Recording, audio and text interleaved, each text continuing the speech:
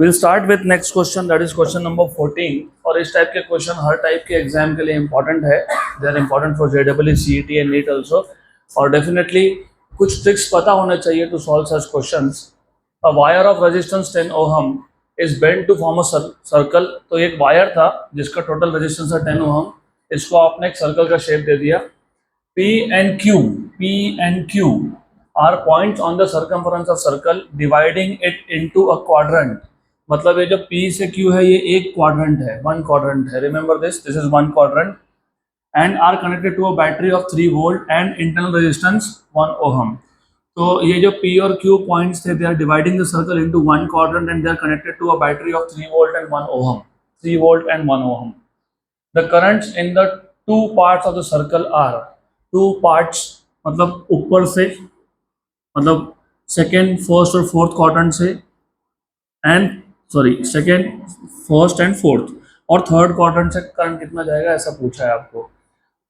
तो क्वेश्चन समझ में आया क्या? That is important thing. Did you understand the question here? ये वायर था, टोटल रेजिस्टेंस कितना है? 10 ओहम। इसको आपने दो पार्ट्स में डिवाइड किया, 1/4 एंड 3/4। तो रेजिस्टेंस भी 1/4 और 3/4 में डिवाइड होगा। फिर आपको पूछा है what is the current through the two parts. तो ये जो डायग्राम है इसको आप सिंप्लीफाई कर सकते हो। कैसे सिंप्लीफाई करना है? ये P पॉइंट मान लेना है, ये Q पॉइंट मान लेना है। स्टार्ट यहाँ से करना है। यहाँ पे एक बैटरी था 3 वोल्ट का जिसका इंटरनल रेजिस्टेंस दिया हुआ है 1 ओहम। तो ये बैटरी है of 3 volt with internal resistance of 1 ohm. I call this a small R. तो इफ यू सी, ये जो P और Q है, ये नीचे का पार्ट मतलब दिस पार्ट और ऊपर का पार्ट, ये दोनों हो गए किसमें? आर दे इन सीरीज और they are in parallel? Parallel है कि सीरीज है? पैरेलल है ना, क्योंकि ऊपर से जो पार्ट जा रहा है वो बिटवीन P एंड Q है और नीचे का भी बिटवीन P एंड Q है। इसके रेजिस्टेंस को R1 बोल देते हैं, इसके रेजिस्टेंस को R2 बोल देंगे। तो R1 and R2 are in parallel. तो यहाँ पे अगर आप देखोगे तो आपको ऐसा दिखेगा, ऊपर एक रेजिस्टेंस है, ऊपर एक रेजिस्टेंस है और नीचे एक रेजिस्टेंस है। तो दे आर इन पैरेलल। तो R1 एंड R2। अब ये R1 और R2 कैसे फाइंड करते हैं? That is very important and very simple. बाकी स्टैंडर्ड बुक्स में क्या दिया है उसको छोड़ दो, लॉजिक अप्लाई करो। R1 ये पूरे वायर का कितना कितना पार्ट है? 3/4, क्योंकि ये 3 क्वाड्रेंट इसने ऑक्यूपाई कर लिए, तो 3/4। तो ये जो R1 है ना, ये 3/4 ऑफ टोटल रेजिस्टेंस होगा। और R2 ने कितना यूज किया? एक क्वाड्रेंट, तो ये 1/4 ऑफ टोटल रेजिस्टेंस होगा। स्ट्रेट फॉरवर्ड, डायरेक्ट, खत्म। This is how you have to solve. 3/4 of total resistance was 10 and this is 1/4 of total resistance. This is 7.5 and this is 2.5। अभी ये बहुत बेसिक चीजें हैं। 10 का 3/4 मतलब 10 का 0.75, it is 7.5 and this one is 2.5। और अगर कंफ्यूजन हो भी जाए तो कंफ्यूजन का काम ही नहीं है, दोनों को ऐड करके देख लो, 10 बन रहा है ना वापस से, तो करेक्ट है, दिस इज राइट। तो R1 R2 मिल गया। आपको पूछा था what is the current through the two sections. मतलब आपको बेसिकली यहाँ पे करंट I1 और यहाँ पे करंट I2 कितना, ये फाइंड करना है। उसके लिए पहले आपको टोटल करंट फाइंड करना पड़ेगा I। टोटल करंट फाइंड करने के लिए तुमको पहले पूरे सर्किट का इक्विवेलेंट रेजिस्टेंस निकालना पड़ता है, पूरे सर्किट का। तो पहले तो इन दोनों का पैरेलल कॉम्बिनेशन में कितना आएगा वो देख लो। ये जो दोनों पैरेलल में है इसको नाम दे देते हैं RP। I call this as RP। ये RP आपको मिल जाता है, कैसे होता है याद है क्या? R1 into R2 upon R1 plus R2। और R1 प्लस R2 करना नहीं, वो 10 ही आने वाला है वो। तो दिस इज 2.5 मतलब 7.5 इंटू 2.5, 7.5 इंटू 2.5 अपॉन 10, 1 एंड 4 जा। तो RP इक्वल्स टू 15/8, क्योंकि 7.5/4 था, 7.5 इज 15/2 और नीचे 4 ऑलरेडी था, तो कितना हो गया? 15/8। तो ये 15/8 है। उसके साथ ये स्मॉल r किस में जाएगा? सीरीज में, पैरेलल में नहीं जाएगा, वो सीरीज में जाएगा। तो now you have RP and small r in series and small r in series. तो आपको पूरे सर्किट का इक्विवेलेंट मिल जाएगा। क्या जाएगा? RP plus R। ये RP और ये small r, they are in series, they are not in parallel, they are in series. RP की वैल्यू कितनी आई थी? और ये कितना था? 1, हाउ मच इज दैट? 23/8। तो ये आ गया आपका equivalent resistance of the circuit. फिर you know V equals to IR, तो you know I equals to V/R, and V कितना है 3 और ये कितना है 23/8। ओके, तो कितना हो गया 24/23, 24/23। मोर और लेस हमने राइट ट्रैक, क्योंकि ऑप्शन देखो 23 दिख ही रहा है आपको। तो आपको टोटल करंट मिल गया।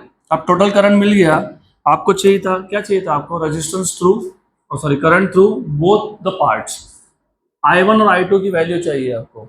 अब ये I1 और I2 की वैल्यू कैसे निकालता है, मैंने आपको ट्रिक पहले से दिया है, फिर भी बता देता हूँ। I1 फाइंड करना है, रिमेंबर I1 फाइंड करना है या I2 फाइंड करना है आपको, तो जनरल स्ट्रक्चर यही आता है, total current upon R1 plus R2, total current upon R1 plus R2। Resistance ज्यादा होगा तो करंट कम जाएगा। तो यहाँ पे I1 तो यहाँ पे R2 लिखते हो, यहाँ पे I2 तो यहाँ पे R1 लिखते हो। ये ट्रिक था, ये करंट के लिए ट्रिक है, हाँ, ओनली फॉर करंट। ओके, तो R2 की वैल्यू कितनी आई आपकी? R2 भूल गए ना, 2.5 अपॉन 10, और ये कितना है I कितना है? 24/23। You know, this is 1 जा, this is 4 जा, this is 1 जा, this is 6 जा। तो I1 is 6/23, 6/23। अगर वो 6/23 है तो दूसरा फिर आपके पास अभी 18/23 आने वाला है। What is around value? 7.5, और ये कितना है 10, और यहाँ पे क्या था 24/23। हो गया, ये हो गया 3 जा, ये हो गया 4 जा, ये हो गया 1 जा, ये हो गया 6 जा, 6 3 जा 18, तो 18/23। तो option number A.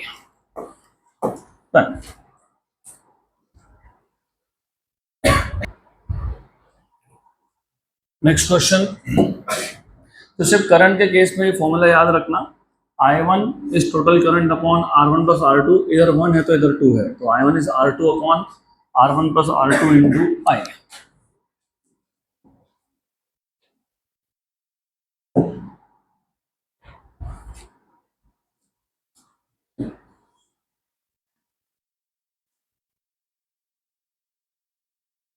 Next question. Length of a hollow tube is hollow. This is important. Hollow. Length of a hollow tube is 5 meter. Its outer diameter is 10 centimeter. Outer diameter 10 centimeter, तो outer radius 5 centimeter का हो गया. And thickness of the wall is 5 mm. तो जो wall है उस tube का, उसका thickness है 5 mm. If resistivity of the material of the tube is 1.7 into 10 raised to -8 ohm meter, then the resistance of the tube will be. Simple सा question है। आपके पास एक हॉलो ट्यूब है, सिर्फ हॉलो ट्यूब के केस में थोड़ा सा केयरफुल रहना पड़ेगा आपको, बाकी तो इजी है, इट इज़ वेरी सिंपल। तो you have a hollow tube. In case of hollow tube, as you know कि अंदर मटेरियल नहीं होता है, all the material is only at the boundary. तो हॉलो ट्यूब के केस में you will find something like this. तो सारा का सारा जो मटेरियल है it is only at the boundaries. तो ऐसा है, अंदर से वो पोकल है, पोकल एम्प्टी। तो all the material lies only here, here, here, here and here. मतलब जो भी रेजिस्टेंस आएगा वो इस मटेरियल की वजह से आएगा, अंदर से नहीं आएगा। तो रेजिस्टेंस का फॉर्मूला पता होना चाहिए आपको। Resistance is equals to rho L by A. अब प्रॉब्लम ये है कि हम लोग नॉर्मली क्या करते हैं ना, एरिया को डायरेक्टली पाई आर स्क्वायर कर देते हैं, पाई आर स्क्वायर। लेकिन यहाँ पे अंदर हॉलो है, इसलिए पूरा एरिया तो ले नहीं सकते हो, तो आपको करना क्या पड़ेगा, outer area minus inner area. तो मैं इसको नेट एरिया बोल देता हूँ। तो ये जो नेट एरिया है इट इज नथिंग बट, तो R equals to rho L by outer area minus inner area. Okay, outer area के लिए आपको आउटर रेडियस चाहिए जो आपके पास है, this is outer radius R out, और इनर के लिए आपको इनर रेडियस चाहिए, वो भी फाइंड करना पड़ेगा, this is R in, inner radius. और बाय द वे दोनों ही केस में क्रॉस सेक्शन सर्कुलर है, तो पाई आर स्क्वायर ही लिखने वाले हो, तो rho L pi R outer square minus pi R inner square. तो rho L upon pi constant आ गया, R out square minus R in square. R out तो डायरेक्टली दिया हुआ है आपको, 10 सेंटीमीटर डायमीटर था तो रेडियस उसका आधा होगा, मतलब 5। तो you already know what is R out. R out is 5 into 10⁻⁻² centimetre को मीटर में कन्वर्ट कर लिया। और आपको थिकनेस दिया हुआ है, थिकनेस कितना है? 5 mm। 5 mm दिया ना थिकनेस, यस। तो यहाँ से लेके यहाँ तक ये थिकनेस है, इसको टी बोल देता हूँ मैं, T. Do you see R in plus T is R out, है ना? R in plus T equals to R out. तो वहां से तुमको आर इन मिल जाएगा। तो R in plus T equals to R out. तो R in is R out minus T, मतलब कुछ नहीं है, आउटर रेडियस में से थिकनेस को माइनस करना है। That's what you are supposed to do. What is R out? 5 into 10⁻⁻²। How much is thickness? 5 क्या किलोमीटर? mm। तो यूनिट्स के साथ होना चाहिए कभी भी हो, 10⁻⁻3। तो 5 इंटू 10⁻⁻² कॉमन निकाल लिया, 1 माइनस 10⁻⁻1। ओके, तो 5 इंटू 10⁻⁻2, एक में से 0.1 निकाल लिया, 0.9, मतलब 4.5 इंटू 10⁻⁻²। ये मैं तुमको सिर्फ स्टेप्स करके दे रहा हूँ, करना नहीं होता, ये डायरेक्टली होता है। 5 सेंटीमीटर अगर आपका आउटर रेडियस है, 5 mm मतलब 0.5 सेंटीमीटर, 5 mm मतलब 0.5 सेंटीमीटर। तो बस 5 में से 0.5 को निकाल लो, 4.5 सेंटीमीटर, ये आ गया इनर। गुड। अब you have to find out resistance which is rho L by pi r out square minus r in square।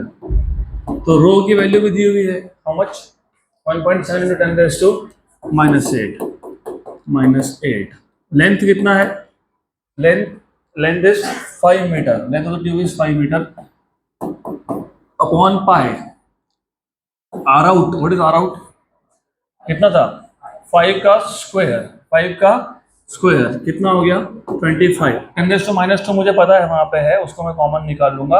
Are in is how much? 4.5। What is 4.5 का square?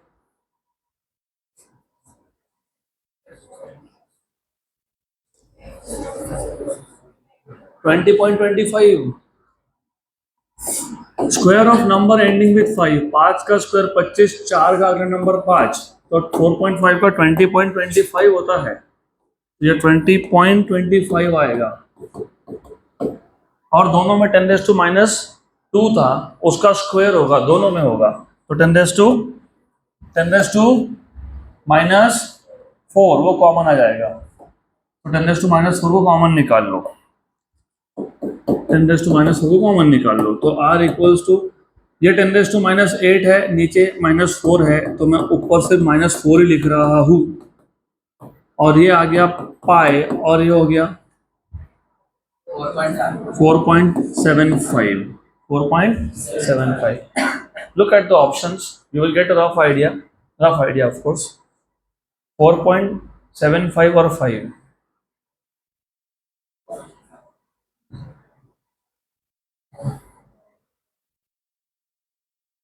Right, 1s are 2s are approximately speaking। 1.7, 3.14, roughly 1s are 2s are बराबर बराबर।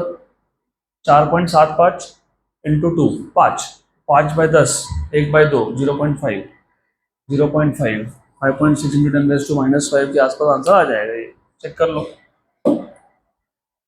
1.7 into 5, 8.5, नीचे है पाई, मतलब 3.14 into 4.75, 14.915, 8.5 divided by 14.915, 0.569। तो 0.569 into 10⁻⁻4 मतलब 5.6 into 10⁻⁻5। लेकिन तुमको इतना करना ही नहीं है। क्यों नहीं करना? ध्यान दो, चलो यहाँ ध्यान दो। कैलकुलेशंस में तुम लोग बहुत ही प्रॉब्लम क्रिएट कर रहे हो, अभी भी कर रहे हो, नहीं करना चाहिए था। ये 5 है, 4.75 है, दोनों को 5-5 मान लो, खत्म हो गया, कैंसिल हो गया ना। ये 1.7 है, ये 3.14 है, 3.14 को टेम्पररी 3.4 मान लो, 1 जा एंड 2 जा, व्हाट इज 1 by 2? 0.5. तो 0.5 into 10 raised to minus 4 मतलब 5 into 10 raised to minus 5. Option number A.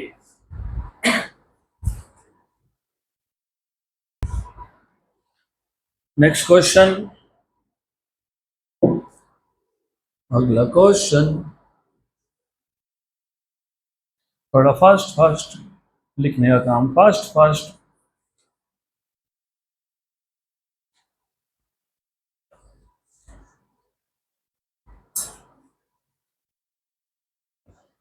Okay, तो अभी यहाँ ध्यान दो क्योंकि वापस से फिर बात वही है.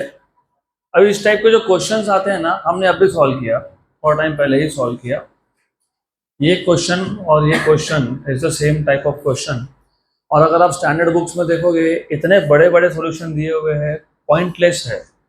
हमको बड़े बड़े सॉल्यूशन से मतलब नहीं है, हमको ट्रिक्स चाहिए होते हैं. Trick is very simple. Resistance is proportional to angle done. जितना एंगल बना है उस पार्ट का, क्योंकि एक आर्क बन गया, और आपको याद होगा आर्क लेंथ, याद है क्या? Arc length is radius into angle. Arc length is proportional to angle, याद है? और resistance is proportional to length, तो resistance is proportional to angle. तो इतना भी पता लग गया तो क्वेश्चन डायरेक्ट सॉल्व होता है. तो फिलहाल तो ये question in the form of formula है, देख लेते हैं. A wire of resistor R, इस पूरे का रेजिस्टेंस आर था, is bend into a circular ring of radius small R. इसका जो रेडियस है वो स्मॉल आर है. Equivalent resistance between 2 points x and y on its circumference when angle XOY is alpha can be given by. बहुत ही simple है, same type का question है जो हमने पहले सॉल्व किया. एक काम करो, इसको R1 बोल दो, इसको R2 बोल दो, और आपको दिख ही रहा है R1 R2 they are in series की पैरेलल. सीरीज की पैरेलल है ना. ये R1 x और y के बीच में है, ये R2 भी किसके बीच में है, तो फिर पैरेलल हुएगी नहीं. तो R1 into R2 upon R1 plus R2. अब से फाइंड क्या करना होता है आपको? R1 and R2. How do you find out R? Do you remember we have defined something called as resistance per unit length, sigma. Sigma याद है? Resistance per unit length, sigma is R by L. तो what is R? Sigma L. Sigma L, general formula बन गया. R is sigma L. So what will be R1 sigma L1 and what will be R2 sigma L2? सही है ना? हाँ कि ना? अरे ये तो हाँ बोल दो, ना बोल दो, यस और नो. तो सिग्मा सेम रहेगा क्योंकि वायर सेम है. तो सिग्मा को सिग्मा 1 सिग्मा 2 मत बोल देना, because when you say sigma 1 sigma 2 you are saying that the materials are different. Materials are not different. तो इसको फिलहाल ऐसे ही रखो. अब यहाँ पे सब्स्टिट्यूट कर दो. तो resistance between X and Y is sigma L1 into sigma L2 upon sigma L1 plus sigma L2. तो sigma square L1 L2 upon sigma L1 plus L2. एक सिग्मा गया. ओके, तो आपके पास क्या बचा? Sigma L1 L2 upon L1 plus L2. But do you remember I just told you that the length is proportional to angle. Angle, क्योंकि arc length होता है radius into angle. ऐसा होता है कि नहीं? पूरा लिखना तो तुम पूरा भी लिख सकते हो, no problem, absolutely no problem. You can say L1 is the length of this part. ये L1 था ना, और ये कौन था? तो L1 मतलब arc length क्या होगा? radius into angle. तो क्या आएगा? radius into angle. L2 क्या आएगा? Radius into angle. What is that angle? 2 pi minus alpha, क्योंकि पूरा एंगल कितना होता है, उसमें से अल्फा तो गया, तो कितना आया? 2 पाई माइनस अल्फा. अब सब्स्टिट्यूट कर दो. ओके, और बाय द वे कर ही रहे हो तो सिग्मा क्या होता है? Total resistance upon total length. Total length, इसका टोटल लेंथ सर्कल का. What is total length of circle? 2 pi r circumference. तो ये अभी सब्स्टिट्यूट कर दो वहां पे, इसमें आर एक्स वाई के इक्वेशन में. You have R X Y equals to sigma is what is sigma R upon 2 pi small R, right? L1 L2 upon L1 plus L2. L1 is R alpha, L2 is R into 2 pi minus alpha upon इन दोनों का addition, तो R alpha plus R into 2 pi minus alpha, सही है, बराबर है ना। अरे वो टोटल लेंथ होता है, वो टोटल लेंथ होता है, तो L1 plus L2 is total length. Total length तो तुमको पता है ना 2 पाई आर है, तो क्यों लिख रहे हो, इट इज 2 पाई आर, हो गया। आर आर आर आर गया क्या, यस। तो R upon 4 pi square 2 pi minus alpha, R upon 4 pi square 2 pi minus alpha, option बराबर ना, बराबर ना, सही है ना। अल्फा भी है ना उधर, ये इधर तो ये अल्फा भूल गए ना लिखना हम लोग, तो ये अल्फा भी आएगा इधर, तो अल्फा भी आएगा, तो ऑप्शन ए आएगा, ऑप्शन ए। अच्छा अभी इसका यूज क्या है फिर, चलो ठीक है यहाँ ध्यान दो, अभी डिराइव कर ही लिया तो थोड़ा यूज भी तो कर लेंगे। अगर ये याद रहता, याद रहेगा क्या, R alpha upon 4 pi square into 2 pi minus alpha, go back go back go back go back go back here, you see ये एक क्वाड्रेंट था कि नहीं, एक क्वाड्रेंट था क्या, यस एक क्वाड्रेंट था, तो ये अल्फा की वैल्यू कितनी बन गई, कितनी बन गई 90, 90 बन गई। तो फॉर्मूला याद है, हाँ R alpha upon 4 pi square 2 pi, very good, okay ये याद है ना।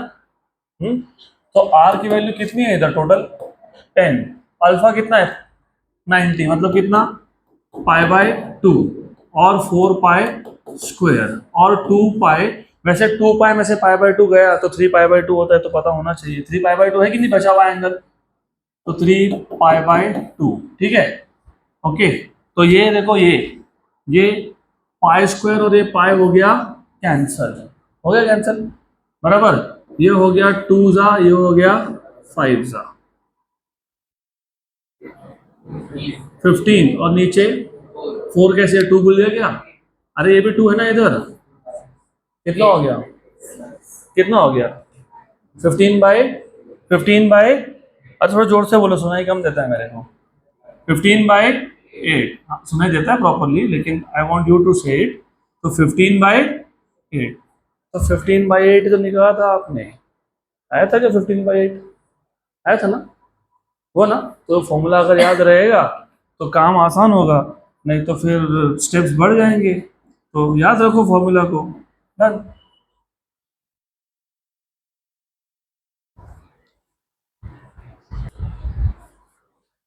अगला क्वेश्चन, नेक्स्ट क्वेश्चन,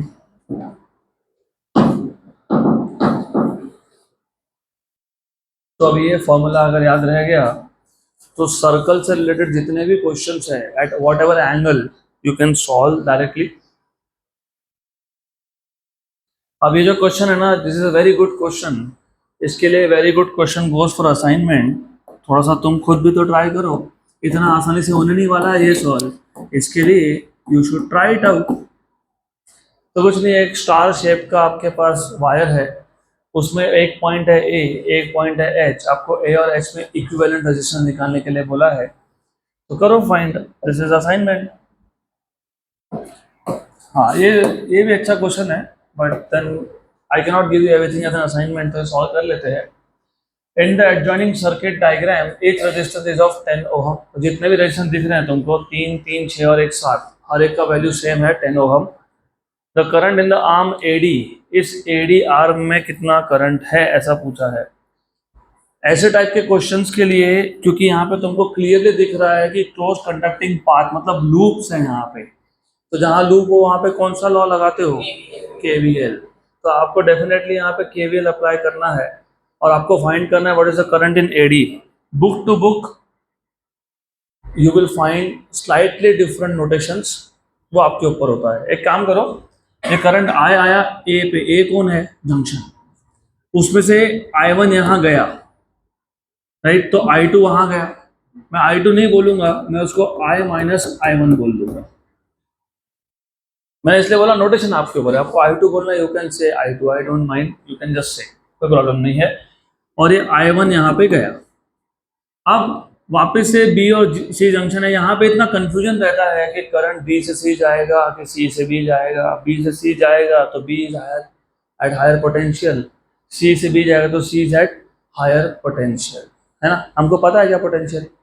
नहीं पता ना, अज्यूम कर लो, तुम्हारी मर्जी वैसा मान लो। चलो मान लेते हैं B is at higher potential, तो B से करंट गया C, कितना गया? I2 गया। अगर B से C I2 गया तो B से E की तरफ कौन गया? कितना आया था? I माइनस I1, उसमें से I2 तो यहाँ गया, तो यहाँ कितना गया? I minus I1 minus I2। और जितना करंट यहाँ जा रहा है उतना ही करंट यहाँ आ रहा है, क्योंकि ये सीरीज में है, सीरीज में करंट सेम होता है। उसके बाद यहाँ से I1 आया, यहाँ से I1 आया, यहाँ से I2 आया, और दोनों मिलके यहाँ गए, I1 प्लस I2।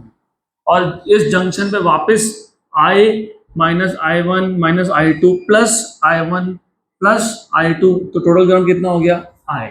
जितना करंट सर्किट में एंटर किया था उतना का उतना करंट बाहर गया है, करेक्ट। अब अगर ये आपको अच्छे से पता है तो यहाँ पे आप 2 लूप ले लो और वहाँ पे लगा दो किरचॉफ्स लूप लॉ, तो you can just apply Kirchhoff's loop law and solve this circuit.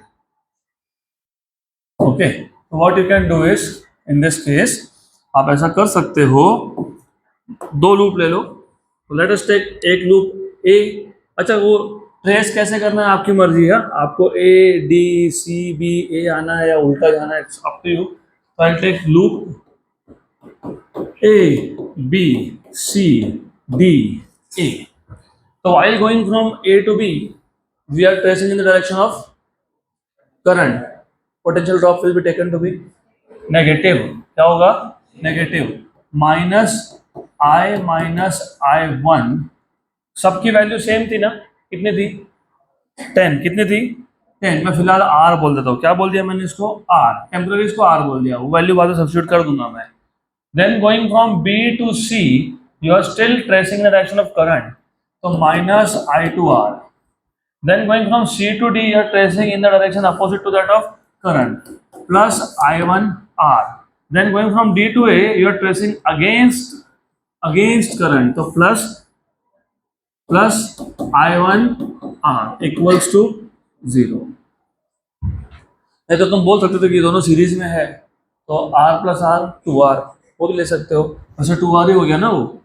हाँ, अब इसको सॉल्व कर लो, तो यू हैव माइनस, एक काम करते हैं सॉल्व ही कर लेते हैं, minus IR minus IR minus minus plus I1R minus I2R, ये हो गया plus 2I1R equals to 0। 2I1 और एक I1 और, तो कितना? 3I1R माइनस 3I1R माइनस, हाँ माइनस I भी है I2 भी है, तो बताओ आगे। IR minus I2R equals to 0। तो मैं R कॉमन निकाल सकता हूँ क्या? और उस R को वहाँ शिफ्ट करके 0 कर सकता हूँ क्या? कर सकता हूँ। तो क्या हो गया? 3I1 माइनस साइन कॉमन निकाल सकते हैं क्या? हाँ, निकाल लो common. I plus I2 equals to 0। आ गया एक इक्वेशन। ओके, बराबर, सही है, श्योर, 100%। कोई गलती नहीं हुई ना? क्योंकि गलती हुई तो गए काम से। What is I bye the वे?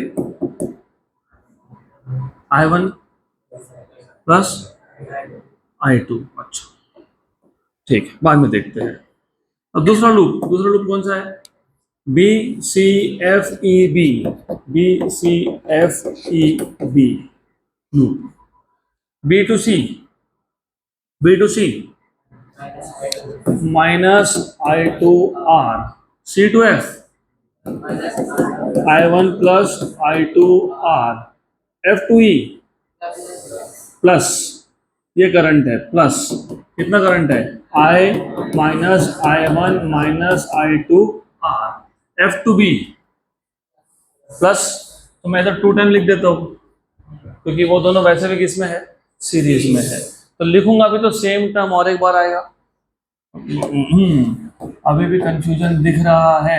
ऐसा ही आएगा कि नहीं? एक बार और आएगा कि नहीं? ये आएगा ना एक बार? तो ऐसा करता हूँ, मैं 2 लिख देता हूँ इक्वल्स टू 0। हो गया। अब इसको सॉल्व करो फिर से ना, आर आर आर को निकाल के उधर भेज के 0 कर दिया, तो क्या बचा? -i2 -i1 -i2 2i -2i1 -2i2 equal to 0। i1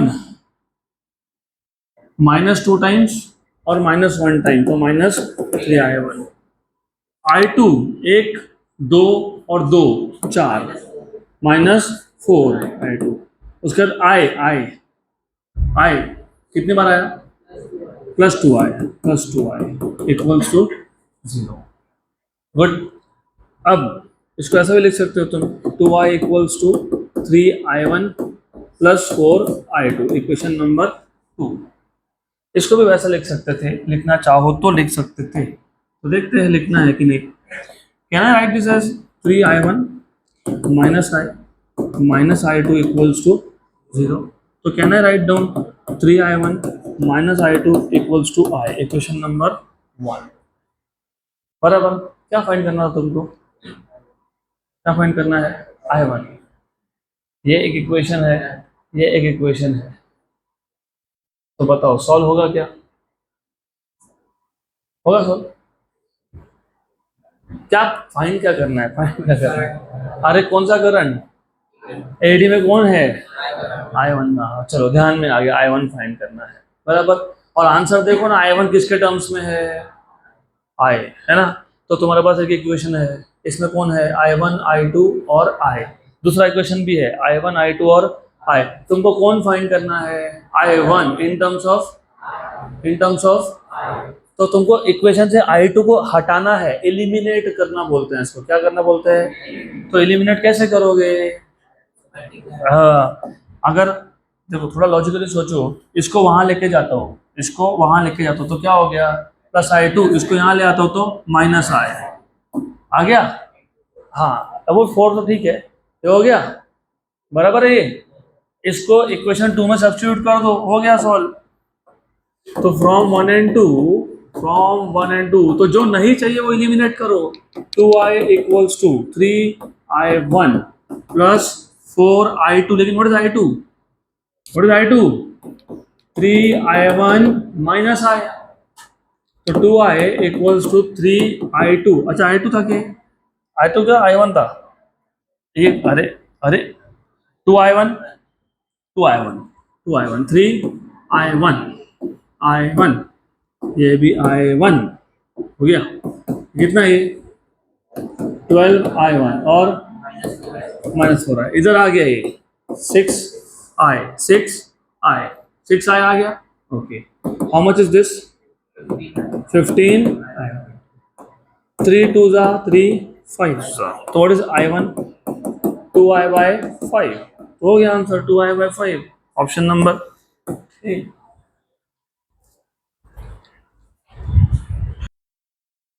चलो नेक्स्ट क्वेश्चन। अगला क्वेश्चन थोड़ा सा जल्दी जल्दी।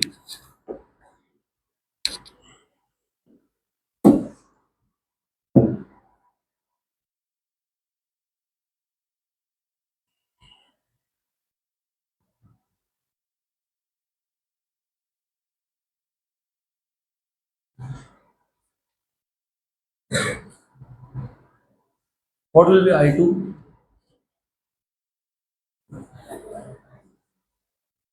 What will be I2? ये लगा ही था मेरे को, I2 होगा ही नहीं, उसको मैंने I1 बोला है, I2 तो कुछ और ही है। हाँ, a current in the wire is given by the equation I equal to 2h square, नहीं है वो 2t square होना चाहिए। तो एक वायर है जिसमें करंट है और करंट का इक्वेशन है 2t square - 3t + 1।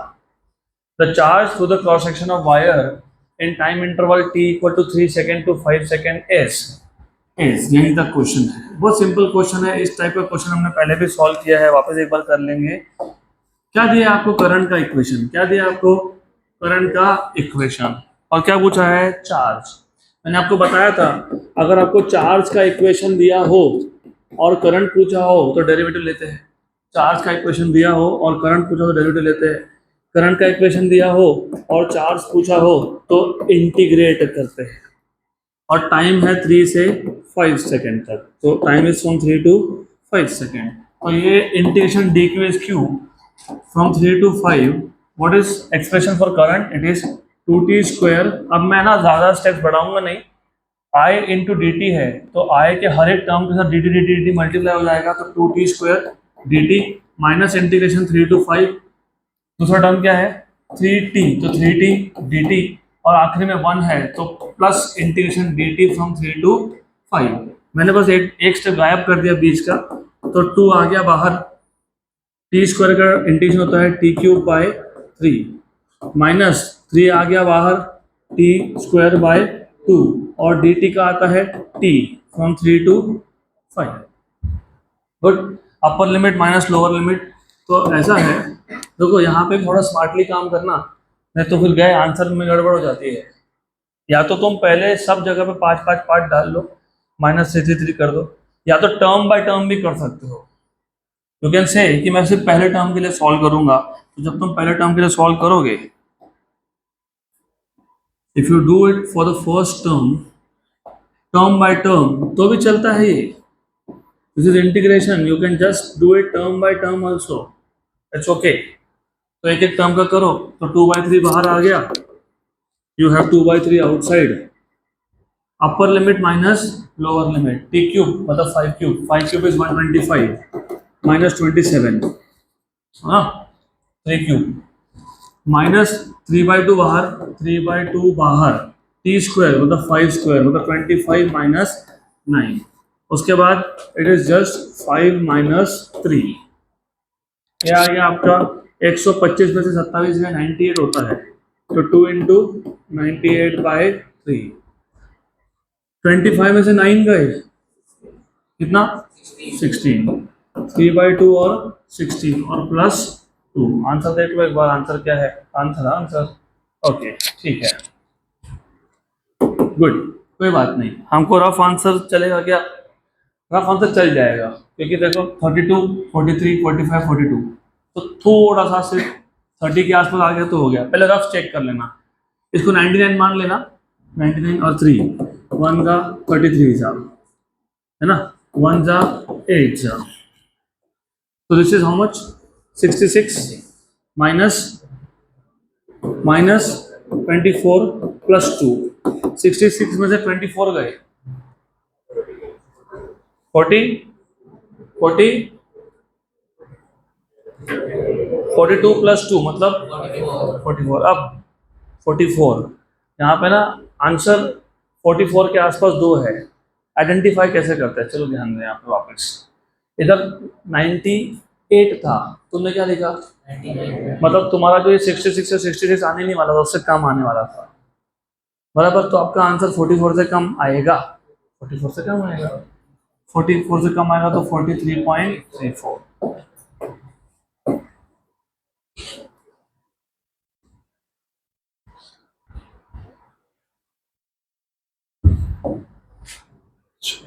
Next question,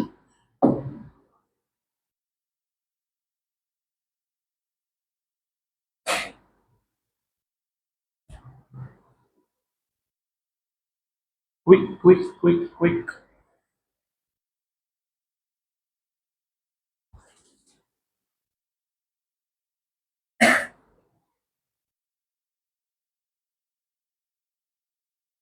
अगला question, a wire with 15 ohm resistance is stretched by 1/10 of its original length and kept volume of wire is constant. उल्टा सीधा बोल दिया, and volume of wire is kept constant, and volume of wire is kept constant. Kept volume of wire is constant नहीं, volume of wire is kept constant, then its resistance will be, this is a joke। हर एक batch में irrespective of your batch मैंने एक particular question लिया ही है, where I have told you कि resistance is rho L by आपको information length का है, किसका है, किसका है, मैंने बोला था लेंथ का इंफॉर्मेशन है तो लेंथ से मल्टीप्लाई डिवाइड कर लेना। ए इंटू एल हो गया वॉल्यूम, तो rho L square by V volume बराबर। इसमें वॉल्यूम और रो कांस्टेंट है तो R is proportional to L square. और मैंने आपको ये भी बताया था ये क्वेश्चन तुमने सॉल्व किया हुआ है already, you have done this question. अगर मैं 10% 1/10 से बढ़ाना मतलब 10% से बढ़ाना, लेंथ कितने परसेंट से बढ़ रहा है 10%, तो L2 पता है क्या होगा L1 प्लस 10%। 1/10 मतलब क्या, 1/10 मतलब 1/10 ऑफ L1, तो 10% है वो, तो L2 कितना हो गया 1.1 L1। मैंने बताया था ये N होता है, कौन होता है ये N। और मैंने ये भी बताया था कि if you remember final resistance is n square times of initial resistance। किया था क्या सॉल्व, तो वही तो क्वेश्चन था 1.1 का स्क्वायर इंटू 15 मतलब 1.21 इंटू 15 18 पॉइंट समथिंग 18.15, क्योंकि 15 इंटू 1 इज 15 और 0.21 15 इंटू 0.21 कितना होता है 3 के आसपास, 15 और 3 कितना होता है 18, तो 18.15।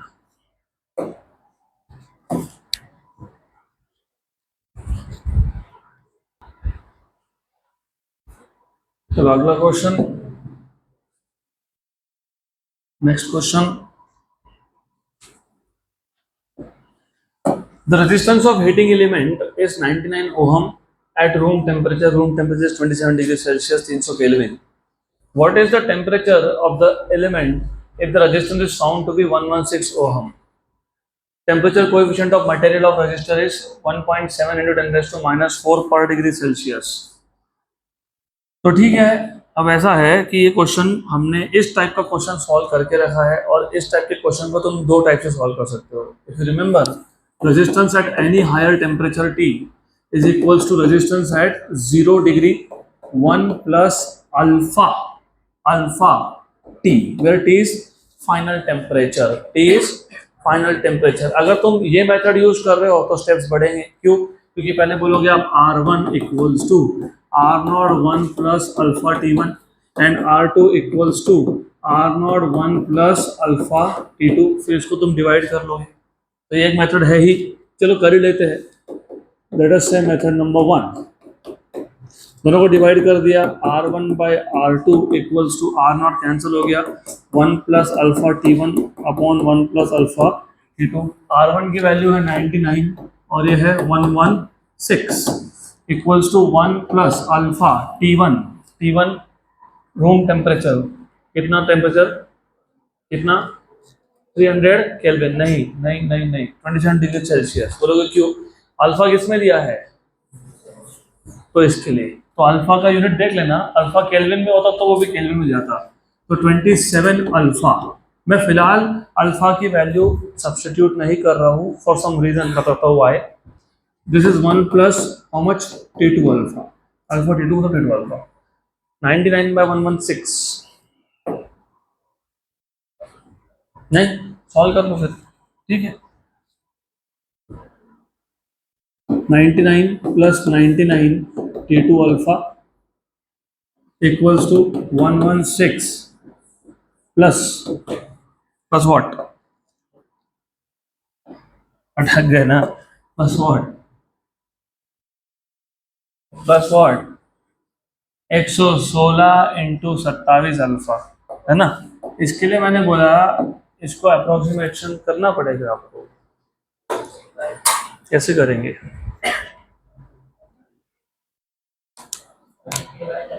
हाँ 33 बाय एक काम करो ना 116 को 117 मान लो, 116 को 117 मान लो टेम्पररी, 117 मान लिया तो फैक्टर ऑफ 3 हो गया, फैक्टर ऑफ 3 हो गया ना, ये तो ये 33 और ये 117 39 और ये भी फैक्टर ऑफ 3 है, कितना है 11 बाय 13। अब सॉल्व कर लो, अब ठीक से हो जाएगा। ओके तो ये आ जाएगा 11 plus 11 T2 alpha equals to 13 plus 27 into 13 alpha, बस ऐसा लिख देना। ये वहां गया और ये यहाँ आया, 13 में से 11 गए 2, 11T2 अल्फा, चलो उसको उधर ही रखते हैं, doesn't matter, I keep that there itself. 11T2 alpha equals to how much, plus 27 into 13 alpha. 27 into 13 आ रहा है तो कर लो, कितना है, कितना है, कितना है, हाउ मच, 27 इंटू 10 270, 27 इंटू 3 27 27 27 81, 270 और 81 350 351, कितना 351 351 351 350 चलता है अल्फा। तो you have 11T2 alpha equals to 2 plus 351 by alpha, और ये अल्फा कर दिया गायब, कुछ नहीं किया, ये अल्फा से डिवाइड कर दिया डिवाइड, गुड। तो 2 बाय अल्फा हो गया तो 11T2 equals to 2 by alpha, alpha की वैल्यू कितनी थी 1.7 इंटू 10⁻⁻4 प्लस 351, ओके। तो 11T2 इक्वल्स टू, इसको सॉल्व कर लो, 2 इंटू 10⁻4 अपॉन 1.7 प्लस 351, हो गया, आंसर आ गया, 1000 कुछ आएगा ये आंसर। कैसे आएगा बता देता हूँ, रफली तो हो ही गया, 2 डिवाइडेड बाय 1.7 कितना है 1.1764 1.1764 इंटू 10⁻4, 10⁻+4 है, माइनस नहीं है, और ये तुमको 11 से डिवाइड करना पड़ेगा,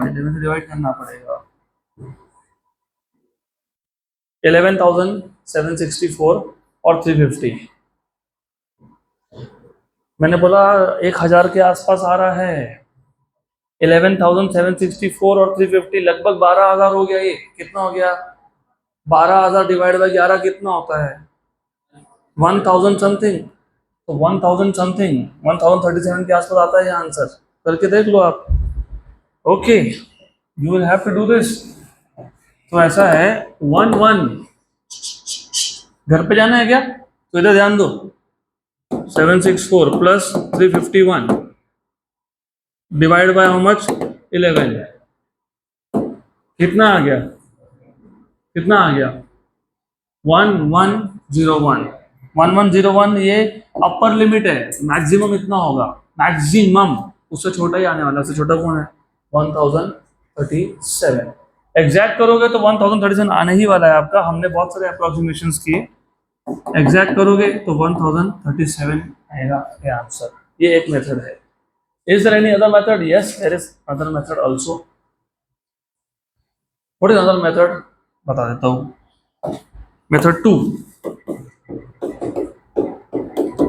मेथड 2 में ना तुम डायरेक्टली रेजिस्टेंस के लिए, लीनियर एक्सपेंशन के लिए और एरियल एक्सपेंशन के लिए, रेजिस्टेंस के लिए, लीनियर एक्सपेंशन के लिए और एरियल एक्सपेंशन के लिए, वॉल्यूम एक्सपेंशन के लिए नहीं, इसके लिए रेजिस्टेंस के लिए, लीनियर एक्सपेंशन के लिए और एरियल एक्सपेंशन के लिए तुम डायरेक्ट लिख सकते हो, final resistance equals to initial resistance 1 plus alpha into difference in temperature, right, क्योंकि लीनियर एक्सपेंशन, एरियल एक्सपेंशन और रेजिस्टेंस के लिए इनिशियल वैल्यू 0 डिग्री पे लिया है कि नहीं लिया है ज्यादा फर्क नहीं पड़ता है, वॉल्यूम एक्सपेंशन के लिए फर्क पड़ता है। When you change temperature, resistance will change. When you change temperature, length will change, length of the substance metal. When you change temperature, area of the metal will also change, and when you change temperature, volume of the metal will also change. लेकिन यहाँ पे normally जब तुम change को major करते हो तो change कभी भी विथ रिस्पेक्ट टू समथिंग होता है ना, इन कंपैरिजन विथ समथिंग होता है, तो नॉर्मली हम कंपैरिजन के लिए इनिशियल टेम्परेचर क्या लेते हैं 0, लेकिन ऐसा देखा गया है कि जो अल्फा है जिसको तुम टेम्परेचर कोएफिशिएंट बोल रहे हो, वैसे ही लीनियर एक्सपेंशन कोएफिशिएंट होता है, वैसे ही एरियल एक्सपेंशन कोएफिशिएंट होता है, वैसे ही वॉल्यूम एक्सपेंशन कोएफिशिएंट होता है। तो सिर्फ वॉल्यूम एक्सपेंशन कोएफिशिएंट ऐसा है जिसमें इनिशियल टेम्परेचर 0 लिया या फिर कुछ और लिया तो बहुत बड़ा डिफरेंस आता है, बाकी तीनों के लिए लगभग सेम होता है, इसलिए तुम डायरेक्ट लिख सकते हो फाइनल वैल्यू, और फाइनल वैल्यू 116 बराबर, इसको फिलहाल 117 लिख दिया, मुझे पता है 116 है, इक्वल टू 99 बराबर 1 प्लस अल्फा की वैल्यू कितनी थी, और difference in temperature is final temperature minus initial temperature. Okay good, तो सीधा सीधा ये 33 जा आया, ये 39 जा आया, ये आया तुम्हारा 11 जा, ये आया 13 जा, तो 13/11 -1, क्योंकि 1 को भी इधर लेके आऊंगा तो माइनस हो जाएगा कि नहीं होगा, है ना, इक्वल्स टू क्या बचा वहां पे 1.7 इंटू 10⁻⁻4 T2 -27, 13 में से 11 गए तो 2/11, और ये भी इधर आ गया इंटू 1.7 इंटू 10⁻⁻4, इसको ऊपर भेज दिया तो 10⁻+4 इक्वल्स टू T2 -27, तो T2 इक्वल्स टू, इसको सॉल्व कर लो, अब ये आ गया आपका 2 इंटू 10⁻4 अपॉन 11 इंटू 1.7, और ये +27 गुड। आप चाहो तो 10⁻⁻1 लिख के उसको भी ऊपर भेज दो, मतलब 1.7 का पॉइंट हटा दो, 10⁻⁻1 ऊपर जाके 10⁻+1 तो 10⁻5, ऐसा भी चलेगा, राइट। तो T2 इक्वल्स टू, अब इसको सिर्फ सॉल्व करना है, फिर आपको वो सॉल्व करते आना चाहिए। 11 इंटू 17 कितना होता है, कितना 187, ठीक है, दैट इज 187, फाइन 187, तो 187 और 8 + 27 गुड, तो 2/187, वैसे मैं इसको भी अप्रोक्सीमेशन कर सकता हूँ but I will not do that now, 2 divided by 187 कितना हो गया 0.01069, 0.01069 इंटू 10⁻5 कितना हो गया 0.01069 इंटू 10⁻5, तो 1069 +27 तो कितना आ गया, how much is this 1100 something, 1100 something है ना वो, है ना, तो ये भी 1100 समथिंग ही आ रहा है ना, रफली, क्योंकि हमने अप्रोक्सीमेशंस किए, इसको भूलो मत, अप्रोक्सीमेशंस है, तो 1100 समथिंग आ गया, तो 1037 अगर एग्जैक्ट करने वाले हो तो डिग्री सेल्सियस में, तो वापस से तुमको आंसर वही मिलने वाला है डी। तो आई वुड रेकमेंड, अगर आप लोगों को रेजिस्टेंस या फिर लीनियर एक्सपांशन कोएफिशिएंट या फिर एरियल एक्सपांशन कोएफिशिएंट हो तो डायरेक्ट मेथड 2 से ही कर लेना, मेथड 1 लंबा हो जाएगा बहुत, बेटर ऑफ दिस। मुझे पता है इसका एडिशन 1037 नहीं आता है, मुझे पता है ये 1100 के ऊपर जाता है, लेकिन मैंने बोला कि नियरेस्ट आंसर है 1037, और वो वही आएगा एग्जैक्ट कैलकुलेशन करोगे तो, और वो जानबूझ के आपको ऐसे नंबर्स देते हैं जहाँ पे तुम्हारा टाइम वेस्ट हो इन कैलकुलेशंस। इसके लिए यू हैव टू अंडरस्टैंड कि जो तुम आंसर निकाल रहे हो वो मैक्सिमम वैल्यू है, मतलब उससे छोटा आंसर आने वाला है।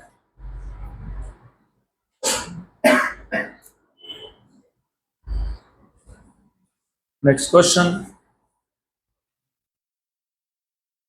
फिर उसी टाइप का क्वेश्चन है, the resistance of the wire in the platinum resistance thermometer at ice point मतलब 0 डिग्री सेल्सियस 5 ओम का रेजिस्टेंस है, स्टीम पॉइंट मतलब 100 डिग्री सेल्सियस 5.25 ओम का रेजिस्टेंस है। When the thermometer is inserted in an unknown hot bath its resistance is found to be 5.5, the temperature of the hot bath is 0 degree पे 5 ओम, 100 degree पे 5.25 ओम, 5.5 ओम कितने degree पे, ऐसा question है, बराबर, correct. Look at the option and tell me which of the one is not possible. 100 degree, 0 पे 5, 100 पे 5.25, तो 5.5 100 से ऊपर ही जाएगा अब, करेक्ट। तो अभी इसको कैसे सॉल्व करते हैं, इस टाइप के क्वेश्चन में फिर तुमको वही यूज करना है, सेम क्वेश्चन यूज करना है, वो फॉर्मूला यूज करना है, RT equals to R0 1 plus alpha T. तुमको सिर्फ अल्फा की वैल्यू नहीं पता, तुमको अल्फा की वैल्यू मिल जाएगी, क्योंकि तुम्हारे पास रेजिस्टेंस के 3 वैल्यू है, R1 R2 R3, या फिर R0 R1 R2।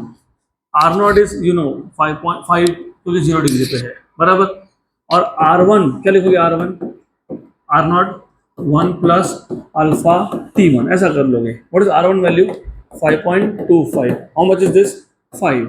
1 plus alpha T1 5.25 कितना डिग्री में था? 100. तो T1 की वैल्यू कितनी है? 100. अब ये तो पता होना ही चाहिए, ये पता होना चाहिए, पता होना चाहिए.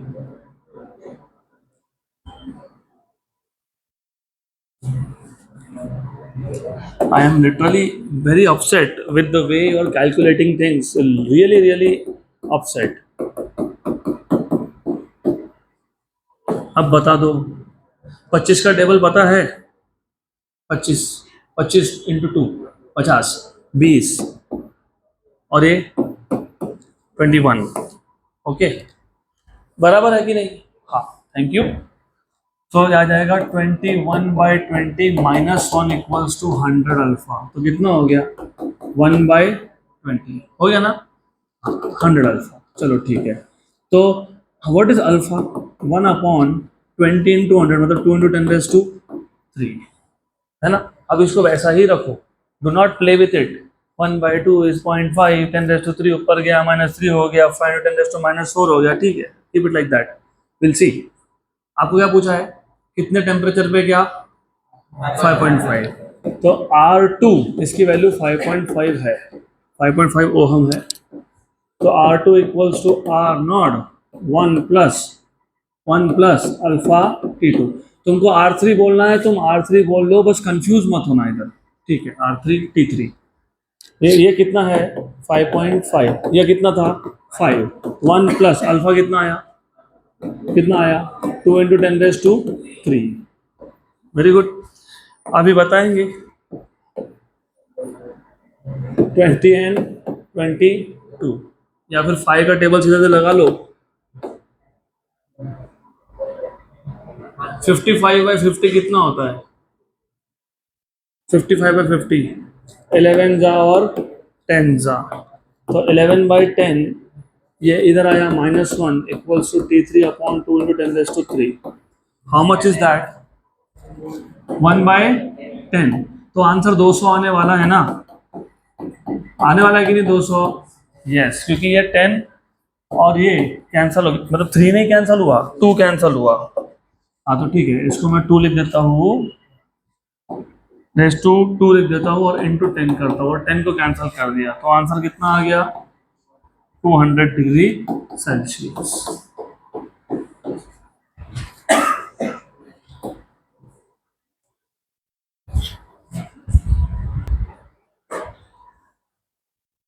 तो रिमेंबर, कैलकुलेशंस को स्ट्रॉन्ग करो and you should learn how to convert your weakness into your strength. Log book use करना बंद करो, बिल्कुल बंद कर दो. Try to do it without logs, क्योंकि CET JEE नीट में तुम लॉग बुक नहीं यूज करते हो वैसे भी. तो try to do it approximately. ऐसा इमेजिन कर लो कि you are into stone ages जहाँ पे अभी तक लॉग बुक आया नहीं. तो कैसे करोगे? थोड़े बहुत नंबर्स पता है, ये नहीं बोल रहा हूँ कि स्टोन एजेस में लोगों को पता थे नंबर, तुमको पता है, you just try to work with that. चलो ये क्वेश्चन डायरेक्टली करेंगे हम. The equivalent resistance between A and B, A और B और for the circuit shown in figure is. सबसे पहले लुक, ऐसे टाइप के क्वेश्चंस में ये जो ऊपर ट्रायंगल बना है, जो ट्रायंगल के ऊपर के 2 साइड्स है ना, वो सीरीज में है. तो 5 और 8 13, 13. ये 13 मतलब ऊपर का जो सीरीज था, ये 13 ये इसके साथ पैरेलल में है. तो 13 इंटू 6/13 + 6, 13 इंटू 6/13 + 6 कितना आया? 13 इंटू 6 कितना आया? 78/13 + 6 19, 78/19. तो ये दोनों मिला के 78/19, 78/19 और 4 और 5. रुको थोड़ा सा अच्छे से. 78/19. अगर 80/20 होता कितना आता?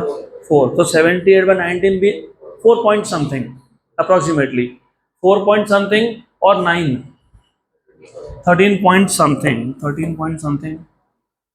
ऑप्शन ए खत्म. चलो आगे नेक्स्ट क्वेश्चन. ऐसे क्वेश्चन को नहीं सॉल्व करना होता है, इस टाइप के डायरेक्ट होता है, कुछ लिखना ही नहीं है इधर. A current of 8 ampere flows in a system of resistors as shown in figure. The potential difference VC minus VA will be, तो VC माइनस VA पूछा है, पोटेंशियल डिफरेंस पूछा, मतलब डेफिनेटली ये बैलेंस नेटवर्क नहीं है, नहीं तो जीरो ही आता ना आंसर। क्यों नहीं है? देखो R1 is 5, R2 is 6, R1 by R2 is 5 by 6, R3 is 4 and R4 is 2, R3 by R4 is 4 by 2 is 2, तो R1 by R2 is not equal to R3 by R4, तो network balance तो नहीं है, इसके लिए तो पूछा है। फिर अभी कैसे करेंगे? बहुत सिंपल सा केस है, extremely simple case. VD minus VA कर लो, मैं अज्यूम कर रहा हूँ कि करंट ऐसा जा रहा है, मतलब 8 एम्पियर का एक पार्ट और एक पार्ट यहाँ गया। क्लियर? पक्का? गुड।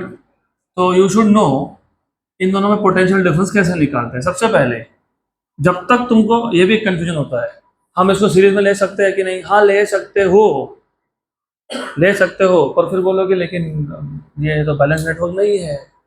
सीरीज में तो जब बैलेंस नेटवर्क हो तब होता है ना। क्यों? क्योंकि ए और सी क्या हो जाता है?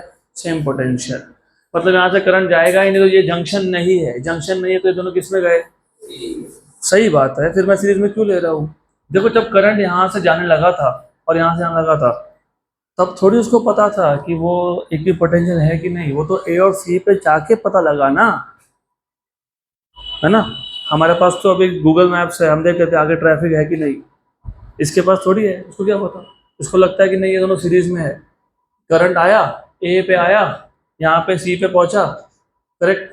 फिर तुम लोगों को समझ में आता है कि अरे तो सेम पोटेंशियल है, जाना है कि नहीं जाना है बाद में डिसाइड करेंगे, लेकिन पहले शुरू में you have to take this in series, irrespective of if the network is balanced और नॉट।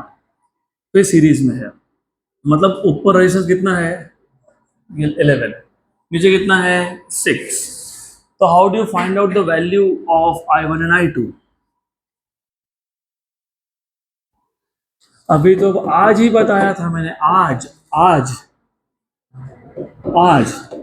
R1 गलती कर दी, RS1, RS2, RS2 यहाँ पे RS1, RS2 और